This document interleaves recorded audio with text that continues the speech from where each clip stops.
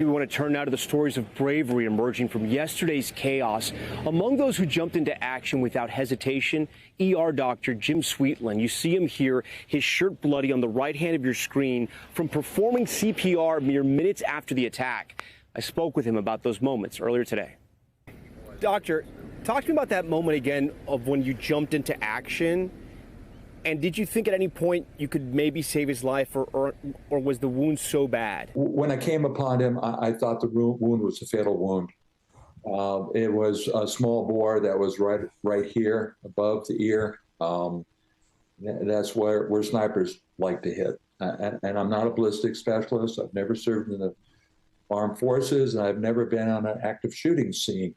But I've seen the results when people make it to my emergency department. You know, Doctor, something that stood out to me was there were a handful of people like you that when this active shooter situation was happening, they jumped into action to help out. Why do you think that was? I think Americans love to help. Those two individuals, I've been called a hero. I don't know that I'm a hero. Every hero needs a helper. You know, Superman is Lois Lane. Batman has Robin. I needed these two people to get this fellow up. I couldn't have done it, and they did it. And you could tell they were scared, but they did it. And other people came. There was when I got down to this gentleman, which was within 45 seconds, someone was already applying pressure to that wound. And that continued. Nobody knew CPR. I did that by myself. That's okay.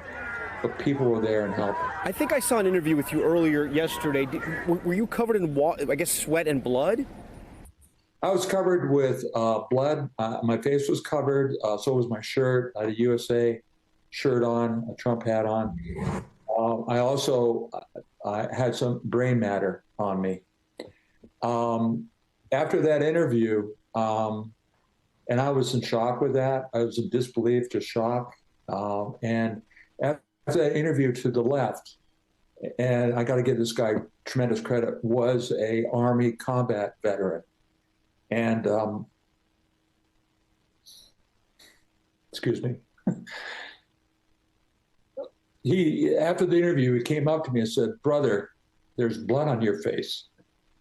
I said, "Oh, okay." And he gave me his water bottle, and I washed it off, and I looked at my shirt, and I washed off as much as I could. And then I handed the bottle back. He wouldn't take it. And then he stepped into me, put his hand on his shoulder and said, "Are you okay, brother?" I saw the combat veteran across the brim of his hat, and I said something like, "You've seen this too." And he goes, "Yeah." I said, "I'm okay, and thank you for what you did." And we hugged.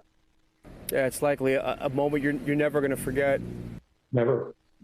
And that guy was an American who was helping me after I tried to help Corey.